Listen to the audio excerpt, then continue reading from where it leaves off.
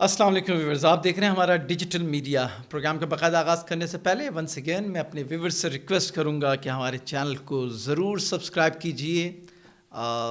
Like کیجئے، videos کو share کیجئے اور ہمیں اپنی آرا سے ضرور آگاہ کیجئے تاکہ ہمیں کانفیڈنس ملے اور ہم آپ کو بر وقت معلوماتی ویڈیوز پہنچا سکیں۔ بیل آئیکن کو بھی ضرور پریس کیجئے گا۔ جی جناب، آج کا ٹاپک ہے ہماری ویلوگ کا پی ٹی آئی کے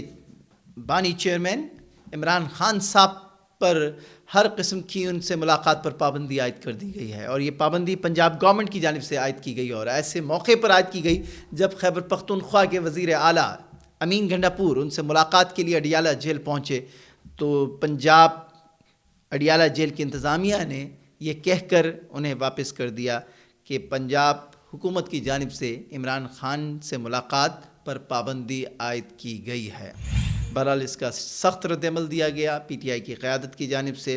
لیکن پنجاب حکومت کی جانب سے وضاحت دی گئی کہ صرف عمران خان سے ملاقات پر پابندی نہیں لگائی گئی ہے بلکہ اڈیالہ جیل میں موجود تمام قیدیوں سے ان کے رشتہ داروں کی ملاقات پر پابندی لگائی گئی ہے، کیونکہ تھریٹس لیول بہت سنگین نوعیت کے ہیں۔ انٹیلیجنس رپورٹ کی روشنی میں یہ نوٹیفیکیشن جاری کیا گیا ہے اور یہ 2 ہفتے تک کے لیے یہ پابندی عائد کی گئی ہے۔ دوسری جانب پی ٹی آئی کی مرکزی قیادت اور خاص کر بیرسٹر گوہر صاحب یہ الزام لگا رہے ہیں کہ ہم یہ پہلے بھی کہتے رہیں کہ محسن نقوی جو وزیر اعلیٰ پنجاب تھے نگراں حکومت میں، اب وفاقی وزیر داخلہ ہے، یہ نون لیگ کے لیے اعلیٰ کار بنے ہوئے ہیں اور یہ نون لیگ کے لیے نگراں حکومت میں بھی ان کے لیے راہ ہموار کر رہے تھے، اور اب وفاقی وزیر داخلہ بن کر ایسے اقدامات کر رہے ہیں جس سے نون لیگ کے مفادات کو تقویت ملتی ہو اور ان کے سیاسی مخالفین کے لیے مشکلات پیدا ہو رہی ہوں۔ تو یہی ایک فیصلہ، اسی نوعیت کا فیصلہ وفاق اور پنجاب حکومت کی میوچل انڈرسٹینڈنگ سے کیا گیا کہ عمران خان سے کسی بھی سطح پر کسی بھی سیاسی لیڈر سے ان کی ملاقات نہ ہونے دی جائے، جس کی وجہ سے حکومت خیبر پختونخوا کے اندر حکومت سازی کے حوالے سے بہت سی پیچیدگیاں جنم لے رہی ہیں۔ اور ایک اطلاع یہ ہے کہ خیبر پختونخوا کی گورنمنٹ میں جو وزارتیں ہیں، امین گنڈا پور ان کے سیاسی خود پی ٹی آئی کے اندر موجود سیاسی مخالفین یہ الزام لگا رہے ہیں کہ امین گنڈا پور پارٹی فنڈز کا بہانہ بنا کر، یعنی کہ پارٹی فنڈز کی وصولی کو جواز بنا کر اپنے من پسند افراد کو اہم وزارتیں دے رہے ہیں، اس کے بدلے میں کروڑوں روپے ان سے وصول کر رہے ہیں۔ اور کہا یہ جاتا ہے کہ جب بھی وہ ملاقات کرتے تھے عمران خان سے تو باہر آ کر وہ یہ کہتے تھے کہ عمران خان کے ایما پر یا ان کی مشاورت سے، ان کی ڈکٹیشن سے خیبر پختونخوا میں حکومت سازی ہو رہی ہے۔ تو لیکن ان کے مخالفین الزام لگاتے ہیں کہ خالصتاً امین گنڈا پور کا اپنا ذاتی فیصلہ ہے۔ جناب،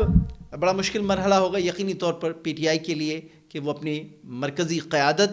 جو ان کے بانی ہیں ان سے رابطہ منقطع ہو، تو سیاسی چال آئندہ کی وہ کیسے چلیں گے، سیاسی حکمت عملی کیا ہوگی۔ باہر ہم نے دیکھا کہ پی ٹی آئی کے اندر بہت گروپنگ ہے اور اس کی واضح مثال افضل مروت صاحب، خود بیرسٹر گوہر سے ان کی اچھی انڈرسٹینڈنگ نہیں ہے، گو کہ میڈیا پر آ کر وہ یہ پیغام دینے کی کوشش ضرور کرتے ہیں کہ ہمارے درمیان کوئی اختلافات نہیں ہیں۔ اسی طریقے سے ان کی جو سیکنڈری قیادت ہے وہ بھی ان کی آپس میں صورتحال کوئی آئیڈیل سچویشن نہیں ہے۔ عمر ایوب صاحب کسی صورت اسد قیصر صاحب کو اس کو ایکسیپٹ نہیں کر رہے سیکرٹری جنرل کی حیثیت سے، تو اسمبلی کے اندر بھی تناؤ ہے۔ تو ایک واحد حل اس کا یہ نکلتا تھا کہ عمران خان سے ملاقات کر کے ان سے مشورہ کر کے حتمی فیصلہ سازی جو ہے وہ مرتب ہوتی تھی، کیونکہ اب 2 ہفتے کے لیے عمران خان سے کسی بھی قسم کی ملاقات نہیں ہوگی، تو ایسے میں پی ٹی آئی کی حکمت عملی کیا ہوگی اسمبلی کے اندر اور اسمبلی کے باہر۔ گو کہ ایک اشارہ ضرور دیا ہے پی ٹی آئی کی قیادت کی جانب سے، بیرسٹر گوہر کی جانب سے خصوصی طور پر، کہ پیپلز پارٹی اور نون لیگ سے پی ٹی آئی مذاکرات کی خواہش رکھتی ہے، ان کے لیے ہم مذاکرات کے دروازے کھولنا چاہتے ہیں تاکہ ملک کی جو سیاست ہے وہ کسی نہج پہ چل سکے. لیکن پہل پیپلز پارٹی اور نون لیگ کو کرنا ہوگا اگر وہ سنجیدہ ہے مذاکرات کے حوالے سے. تو یہ ڈیولپمنٹس ہیں. عمران خان کے بغیر 2 ہفتے پی ٹی آئی پر کس طرح کے گزریں گے. اور ایک خبر اور بہت امپورٹنٹ خبر ہے کہ نون لیگ کی جانب سے یہ اصرار ہو رہا ہے کہ پی ٹی آئی کے رہنما اور صدر پاکستان سابق صدر پاکستان ڈاکٹر عارف علوی کے اوپر سنگین نوعیت کے الزامات ہیں. تو کیسز بنانے کے حوالے سے ان کے اوپر آرٹیکل 6 کی بات ہو رہی ہے کیونکہ آئین کی معطلی اور کئی ایک اہم مواقعوں پر انہوں نے آئین سے اور قانون سے کھلواڑ کیا. تو آرٹیکل 6 کے حوالے سے نون لیگ کے اندر یہ بات ہو رہی ہے, یہ بحث ہو رہی ہے کہ سابق صدر عارف علوی کے خلاف آرٹیکل 6 کے حوالے سے کوئی اقدام کیا جا سکے. اب دیکھنا یہ ہے کہ کیا سابق صدر عارف علوی منصب صدارت سے منصب صدارت سے وہ بری و ذمہ ہو گئے ہیں اپنی مدت مکمل کرنے کے بعد جو آئینی مدت ہے. اور یہ اطلاع ہے کہ سابق صدر عارف علوی صاحب شاید ملک میں نہ رہیں, وہ ملک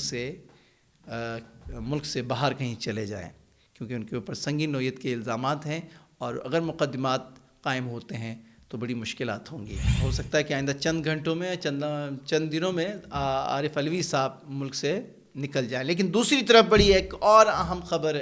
گردش ہے, وہ ہے کہ پاکستان کی خاتون اول کون ہوگی, کیونکہ اس وقت صدر پاکستان جناب آصف علی زرداری صاحب ہیں. عمومی طور پر ہوتا یہ ہے کہ جو مسز ہوتی ہیں صدر کی وہ خاتون اول کہلاتی ہیں. تو اس وقت خاتون اول کے لیے آصفہ بھٹو صاحبہ جو کہ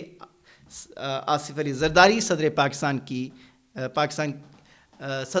آصف علی زرداری کی صاحبزادی ہیں اور بہت ہی ایکٹیو